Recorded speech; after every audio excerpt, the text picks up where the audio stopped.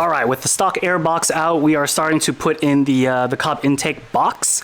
So once you get everything removed, there are going to be two things. There's going to be the box right here, and there's also going to be like this intake bracket, as you can see right there. And the way that you connect it is you slide this bracket underneath the box. You're going to see that bolt right there. And that's how you're going to mount it. You want to go ahead and start getting the bolt in, but get it a little loose so that you have a little bit of wiggle room. And then you'll also notice the other connections for the box here. You're going to get a connection right there. And then you're also going to get another connection for the box right here at the power steering reservoir. We got that in. We're going to go ahead and get the bolts kind of like loosened in. And then we're also going to go ahead and add the intake tube right here.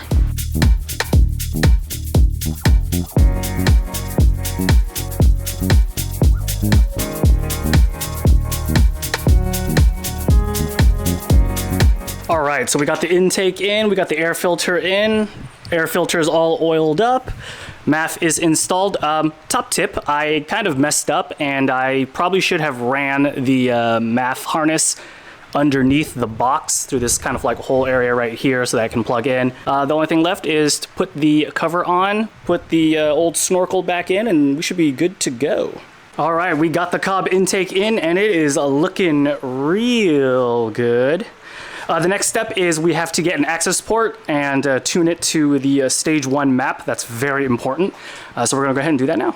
All right, so I followed the instructions on the COBB Accessport, uploaded the stage 1 plus with the COBB SF Intake map for California 91. So now all we gotta do is take it out on the road.